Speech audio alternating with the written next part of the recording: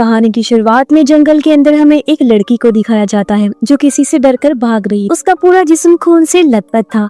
जंगल के अंदर एक विच चुड़ैल को भी दिखाया जाता है जो उस लड़की के गले को पकड़कर हवा में उठा लेती है। ठीक इसी वक्त ओलिना नाम की एक लड़की की आंख खुल गई जो ही कहानी की मेन कैरेक्टर है। जंगल में जो लड़की हमने देखी वो ओलिना ही थी। ये बस वो बुरा सपना देख रही। यहीं पर हमें ओलिना का हस्बैंड भी दिखाया जाता है।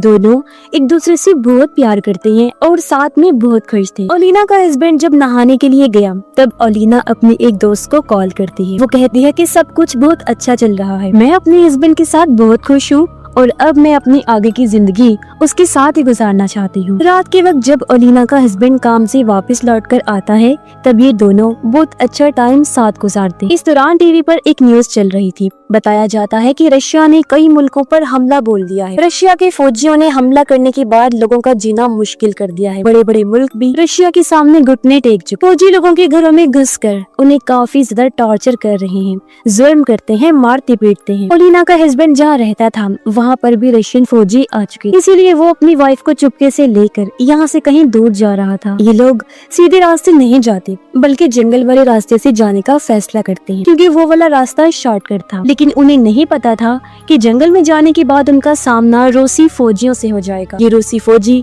जंगल में डेरा डाल के बैठे हुए थे। रूसी फौजियों का जो लीडर था रोबर्टो, वो इनकी कार को रोक देता है। उसके जो लोग थे वो ओलिना के साथ बदतमीजी करने लगते। फौजी अपने लीडर रोबर्टो से कहते हैं कि इनकी गाड़ी काफी अच्छी है, अगर इनकी गाड़ी हमें मिल जाए तो गाँव में जाकर सामान लाने में आसानी हो जाएगी, हम इन्हें मारकर फेंक देते हैं और वैसे भी ये तो चलता ही रहता है, हमारे लिए कौन सी बड़ी बात है। रोबर्टो भी उनकी बात मान लेता है जिसके बाद कुछ फौजी जाकर ओलिना के हस्बैंड को गन दिखाते हैं और कार से उतरने का कहते हैं। लेकिन उसी वक्त ओलिना का हस्बैंड उन पर हमला कर देता है। गाड़ी से सबको ठोकता हुआ वो आगे बढ़ता गया और यहाँ से भागने लगता है। इस बीच सभी रूसी फौजी उनकी गाड़ी पर लगातार फायरिंग करते हैं और वो लोग बड़ी मुश्किल से यहाँ से निकल पाते हैं। उनका एक फौजी जो गाड़ी के सामने आ गया था वो गाड़ी से कुचलकर मारा जाता है। रात हो जाने की वजह से वो लोग आगे नहीं जाते और ओलिना अपनी दोस्त के घर आ जाती। यहाँ आने के बाद ओलिना को पता चलता है कि उसके हस्बैंड को गोली लगी है जिस वजह से वो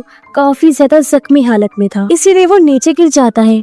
खून बहुत ज्यादा बह गया था इसलिए उस बेचारे की कुछ टाइम के बाद ही मौत हो जाती है। ओलिना कंट्रोल से बाहर हो जाती है, फूट फूट कर रोने लगी। उससे ये सदमा बर्दाश्त नहीं हो रहा था। अपनी ताकतों से वो उसे जिंदा करने की कोशिश करती है लेकिन कोई फायदा नहीं होता और अब उसे खो देने की वजह से वो गुस्से से आग बगोला हो जाती है। वो अपने हस्बैंड की लाश को अंदर लेकर जाती है और उसे अच्छे से साफ करती है। वो ये वादा भी करती है कि जब तक वो बदला नहीं ले लेगी तब तक वो अपने हस्बैंड की लाश को नहीं जलाएगी। उसकी दोस्त कहती है कि ऐसा करना ठीक नहीं होगा, तुमने ये सब कुछ छोड़ दिया था। ओलिना कहती है कि मैंने ये सब कुछ अपने हस्बैंड के लिए ही छोड़ा था लेकिन उन लोगों ने उसे मार दिया है और अब क्योंकि वो नहीं रहा तो मैं भी चैन से नहीं बैठूंगी। इसके बाद ओलिना एक खुफिया दरवाजा तोड़ती है और उसके अंदर चली जाती। ये एक केव यानी गार थी और यहाँ पर एक छोटा सा घर बना हुआ था। आसपास बहुत सारी मोमबत्तियां भी जल रही। उसकी कलाई पर पट्टी जैसा कुछ बंधा हुआ था जो शायद उसे रोकने के लिए था, जिसको वो चाकू से काट देती है। ऐसा करने की वजह से उसकी जो ताकतें थी वो फिर से वापस आ जाती हैं और वो बन जाती है एक विच। अब पहले भी वो विच ही थी लेकिन हस्बैंड की खातिर उसने सब कुछ छोड़ दिया था। दूसरी तरफ हमें जंगल में रोबर्टो को दिखाया जाता है। सुबह हो जाने के बाद वो अपने लोगों से कहता है कि गाँव में जाओ और जो मिले उसे उठा लाओ। उसके कहने पर सभी लोग तैयार हुए और अपनी वैन लेकर गांव की तरफ चले जाते हैं। इनके हाथों में हथियार होने की वजह से इन्हें किसी चीज का कोई डर नहीं था। घर के अंदर घुस जाते हैं और लोगों को पीट कर उनका सामान लूट लेते। आज के दिन ये लोग जिस घर में गए उसमें एक लड़की, ये लोग उस लड़की के साथ बदतमीजी करना शुरू कर देते हैं।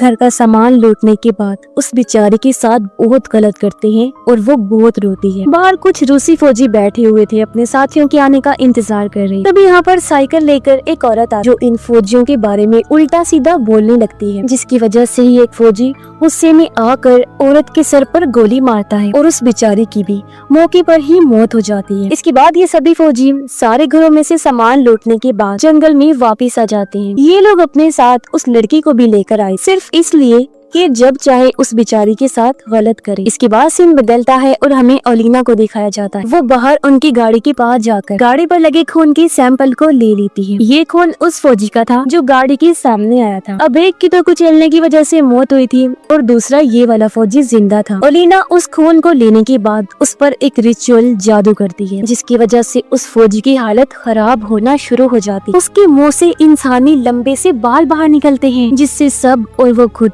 काफी घबरा जाते हैं। उसके मुंह से एक खत भी बाहर निकलता है जिस पर लिखा हुआ था कि जंगल तुम्हारा कब्रिस्तान बनेगा। इसके कुछ ही टाइम बाद फौजी के पूरे जिस्म से खून निकलने लगता है, आँख, नाक, मुंह, कान सबसे, जिससे उसकी हालत इतनी ज्यादा खराब हो जाती है कि उसकी वहीं पर मौत हो जाती है। बाकी फौजी उसे ले जाकर जमीन में गाड़ देते हैं, लेकिन इस हादसे से ये लोग काफी डर जाते हैं। इसी वजह से जिस लड़की को बंदी बनाकर ये लोग अपने साथ ले गए थे, उस लड़की को वापस लाकर ये लोग जंगल में छोड़ देते हैं, क्योंकि फौजियों को लगा कि ऐसा करने से सब कुछ ठीक हो जाएगा। वो लड़की उठी और जैसे तैसे करके घर की तरफ जाने लगती है। उसी वक्त सामने एक कार आकर रुकती है। इस कार में कोई और नहीं बल्कि ओलिना। वो लड़की से कहती है कि अगर बदला लेना चाहती हो तो मेरे साथ मिल जाओ। जिसके बाद हमें जंगल में एक फौजी को दिखाया जाता है जो कि टॉयलेट कर रहा था, लेकिन कुछ वक्त के बाद उसे एहसास हुआ कि मेरे जिस्म से खून निकल रहा है, जिससे वो बेहद घबरा गया।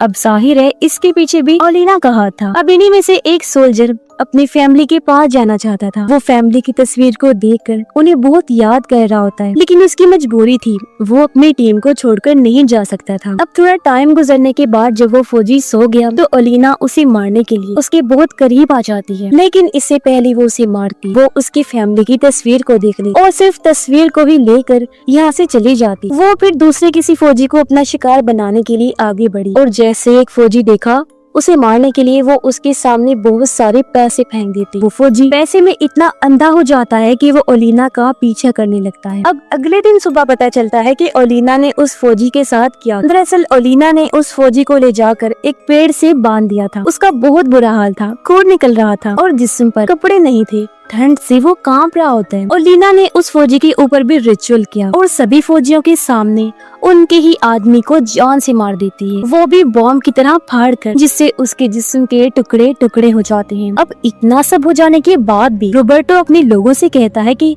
ये सब कुछ हमारे दुश्मनों की चाल है, उन्होंने यहाँ पर बॉम्ब्स भी बिछाए हुए हैं और हमारे इतने सारे लोगों को भी उन्होंने ही मारा। दूसरी तरफ ओलिना उस सोल्जर की फैमिली पर भी रिचुअल कर रही थी। उसकी दोस्त आकर कहती है कि मुझे पता है तुम्हें बहुत तकलीफ है, लेकिन तुम बेकसूर लोगों को मारकर बहुत गलत कर रही हो। मैं बस इतना कहना चाहती हूँ कि तुम बेकसूर लोगों को मत मारो, भले ही अपना बदला लो। लेकिन ओलिना उसकी बात नहीं सुनी। जैसे ही सोल्जर की फैमिली पर किया गया रिचुअल पूरा हुआ, उसकी फैमिली खत्म होना शुरू हो जाती। सोल्जर की फैमिली की लाशों की एक तस्वीर उसके पास आ गई। तस्वीर देखकर वो अपनी बीवी को कॉल भी कर रहा था, इस उम्मीद में कि शायद वो जिंदा हो, लेकिन वो भी कॉल नहीं उठा। वो सोल्जर जाकर ये सारी बात अपने लीडर को बताता है। रोबर्टो से कहता है कि मैं अपनी फैमिली के पास जाना चाहता हूँ, लेकिन रोबर्टो साफ साफ इनकार कर देता है। वो कहता है कि तुम नहीं जा सकते, हमें जंग लड़नी है। और अब कुछ देर बाद उस सोल्जर के पास और भी ढेर सारी तस्वीरें आने लगती हैं जो उसकी बीवी और बच्चों की थी। उन्हें देखकर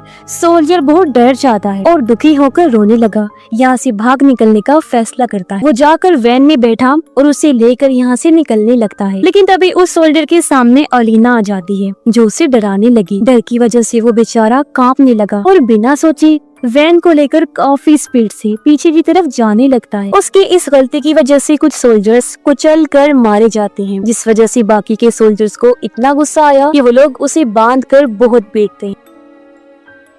जो सोल्जर्स मारे गए उनकी लाशों को ये लोग दफना देते, लेकिन उसी वक्त अचानक से इनके चारों तरफ बॉम्ब फटना शुरू हो जाता। जाहिर है ये काम भी ओलिना का ही था, लेकिन बॉम्ब को फटते देख सभी सोल्जर्स अलग अलग हो जाते। इस बीच एक सोल्जर को उस औरत की साइकिल दिखाई देती है जिसे उसने गोली से मारा था। ठीक इसी वक्त उसके पीछे उस औरत की आत्मा भी आ जाती है जो बहुत डरावने लग रही थी। उसे देख सोल्जर काफी डर गया और वहाँ से भागने लगता है, लेकिन हड़बड़ी में वो नीचे गिर जाता है। तभी उसके पास उसका लीडर आया, जो उसके साथ बहुत अजीब बर्ताव करने लगता है। लेकिन पता चला कि वो उसका लीडर नहीं था, बल्कि वही औरत थी जिसको उसने गोली से मारा था। उसकी आंखों में खून उतर आया था और वो बहुत ही बुरे तरीके से फौजी को मारकर उसके दिल को बाहर निकाल लेती है और अपना बदला पूरा कर लेती, जिस दिल को बाद में ओलिना खाने लगी। ऐसा करके उसे बहुत सुकून मिलता है, क्योंकि धीरे धीरे उसका बदला पूरा हो रहा था। वो सभी फौजियों की जान जो ले रही। उसकी दोस्त ऐसा करने के लिए भी उसे मना करती है, लेकिन वो उस पर गुस्सा करने लगती है। सभी सोल्जर्स को पता चलता है कि दफन की हुई सभी लाशों को किसी ने बाहर निकाल दिया है। इन्हें यकीन हो गया था कि ये काम उसी का हो सकता है जो हम सबको मार रही। सारे फौजी वैन को लेने के बाद जब दोबारा गांव की तरफ जा रहे थे, इन्हीं पेड़ों पर बहुत दिल दहला देने वाली चीज नजर आई। दरअसल जिन फौजियों को दफनाया गया था, उनकी लाशें निकालने के बाद किसी ने उनके छोटे छोटे पीस करके पेड़ों पर लटका दिए थे। ये देखकर एक फौजी बहुत डर जाता है और कहता है कि बस अब मैं ये सब कुछ बर्दाश्त नहीं कर सकता। इतना कहने के बाद वो खुद को गोली मार लेता है और ठीक उसी वक्त रोबर्टो को जंगल की तरफ एक औरत नजर आती है। उसको देखने के बाद सभी सोल्जर्स उसकी तरफ फायरिंग करने लगते हैं। कुछ देर बाद वो अचानक से गायब हो जाती है।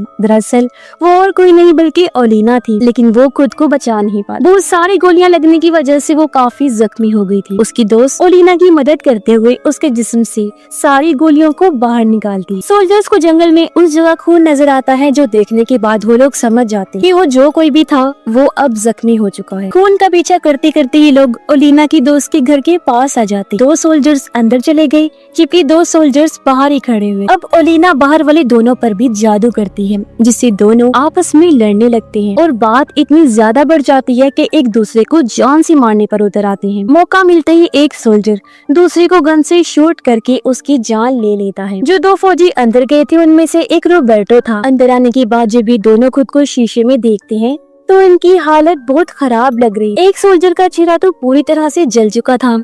रोबर्टो उससे डरता है, जिस वजह से वो उसे जान से मार देता है। ऐसा करने के बाद वो छुप गया और जब ओलिना आती है तो वो पीछे से उसके ऊपर हमला कर देता है। फिर वो ओलिना को नीचे गिराता है और उसके साथ गलत करने लगा। लेकिन वो ओलिना नहीं थी, बल्कि वो तो उसका फौजी साथी था, जिस बेचारे के साथ ही उसने ये सब कर दिया। और अब ओलिना भी सच में यहाँ आ जाती है। रोबर्टो पर हमला करने के बाद वो दूसरे फौजी पर भी हमला करके उसकी जान ले ली। इसी वक्त यहाँ पर उसकी दोस्त आकर जानकारी देती है कि मैंने चेक किया था, तुम माँ बनने वाली हो। इसी वजह से गोली लगने के बाद भी तुम ठीक हो गई। तुम्हें अपने बच्चे को बचाना होगा। तभी रोबर्टो पीछे से उसकी दोस्त पर हमला करके उसे पकड़ लेता है और उस पर गन तान देता है, जिससे ओलिना का अब इतना दिमाग खराब हो गया कि इस बार वो उस पर इतना खतरनाक हमला करती है कि उसे जान से मार डालती। अब ये जानकर कि वो माँ बनने वाली है, वो काफी खुश होती और अब वो एक नई जिंदगी की शुरुआत करना चाहती। इसी वजह से वो यहाँ से कहीं दूर चली जाती है और अपने बच्चे को पैदा करती है और अपने आगे की जिंदगी अपने बच्चे के साथ हंसी खुशी गुजारती है। और एक बार फिर वो विच और जादू वाला काम छोड़ चुकी थी। अपने बच्चे की खातिर इस काम को फिर से ना करने का खुद से वादा भी करती है। और इसी के साथ ये फिल्म इधर ही खत्म हो जाती है।